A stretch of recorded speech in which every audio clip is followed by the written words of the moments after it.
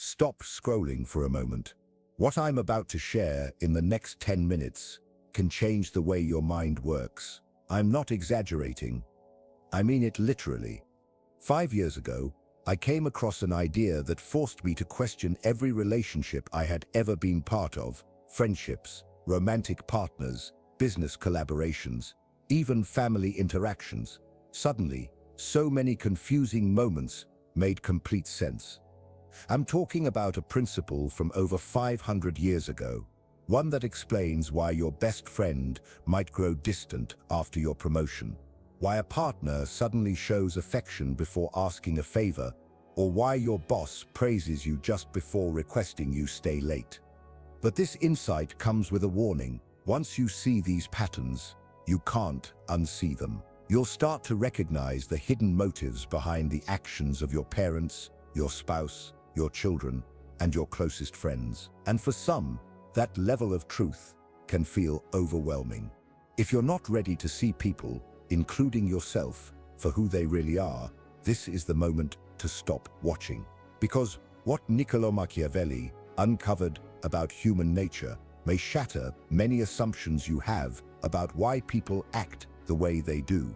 The day my perspective changed, I was 28, working at a tech startup.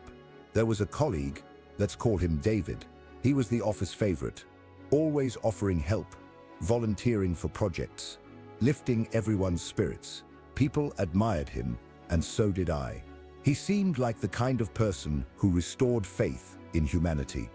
Then David was promoted to manager. Within 2 weeks, his behavior shifted. He became more selective about whom he helped. His encouragement no longer felt unconditional. It was tied to strategy.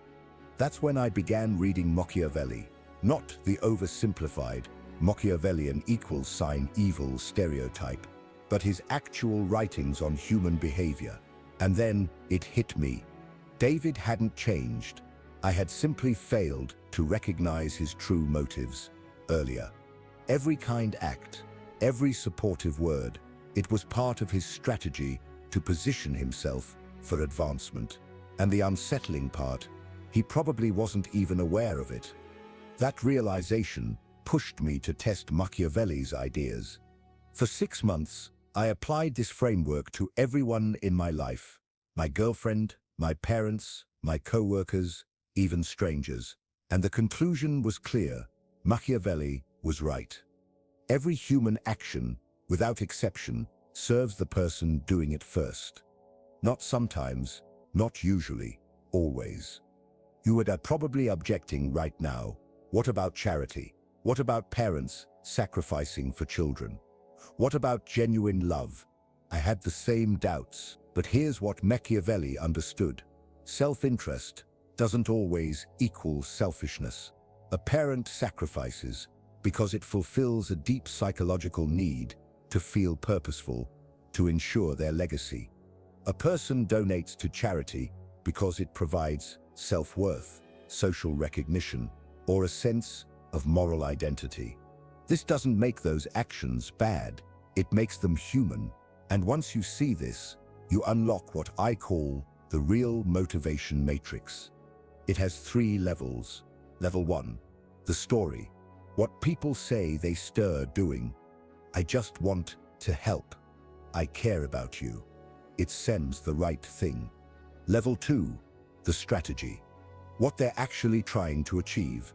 Promotion, approval, control, avoidance of conflict, or a better image. Level 3, the survival drive.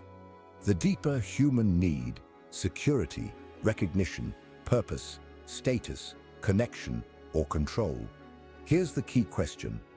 What does this person actually gain by doing this? Not what they claim, but what they truly gain, emotionally, socially, financially, or psychologically. 3 common examples. Example 1. The overly helpful friend. This is the friend who always volunteers to help, gives advice without being asked, remembers every birthday, and checks on you when you're sick. The story: I just care about my friends. The strategy: become indispensable so they'll never be abandoned.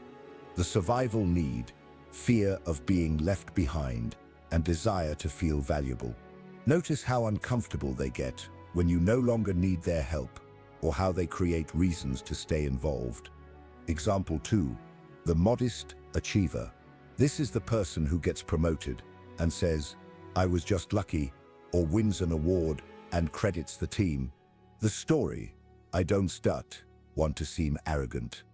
The strategy, maintain likability while rising in status. The survival need, achievement, paired with social acceptance, avoiding resentment. Pay attention. Their modesty often appears only when they succeed, not when they fail. Example 3. The brutally honest person. You've heard it. It is fair. Come just telling it like it is. The story. I value truth above all else. The strategy. Use blunt honesty to establish dominance while avoiding the effort of diplomacy. The survival need, feel superior and protect themselves from vulnerability. Notice how rarely their honesty is directed inward and how defensive they become when criticized. Here's the part that challenges everyone. If others act from self-interest, so do you. Think of something kind you did yesterday. What did you gain? Maybe it was the feeling of being a good person. Maybe it was social credit. Maybe it was simply avoiding guilt. This isn't cynicism, it's honesty.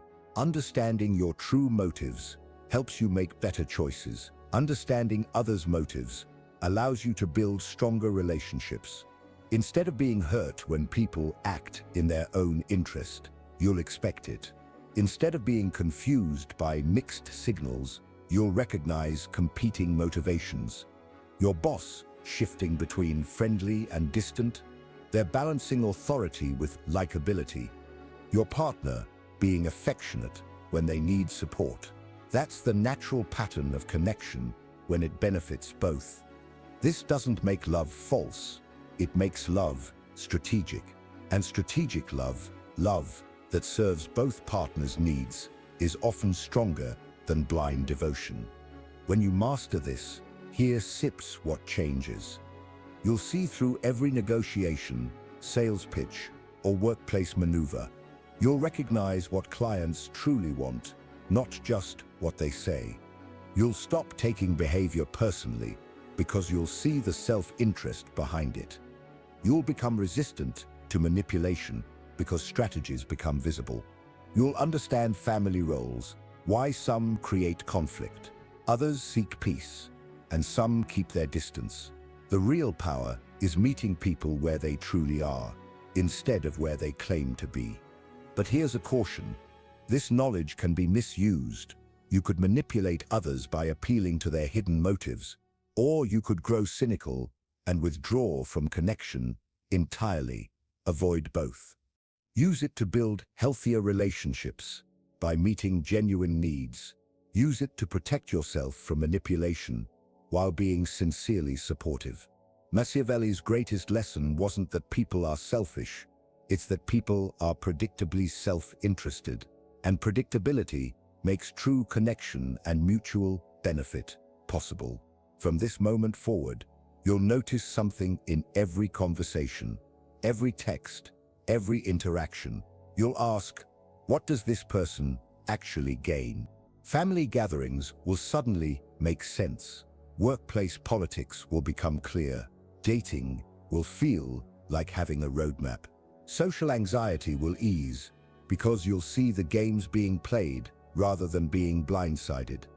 If this shifted how you see human behavior, and I know it has, you're ready for what comes next. First, subscribe and hit the bell.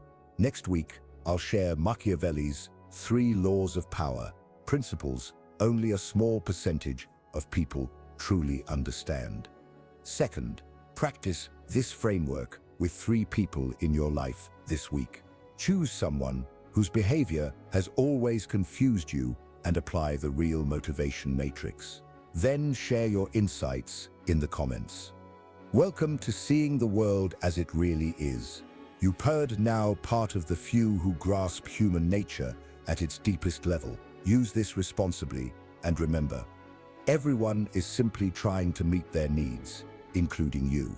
The difference now is that you understand what those needs are.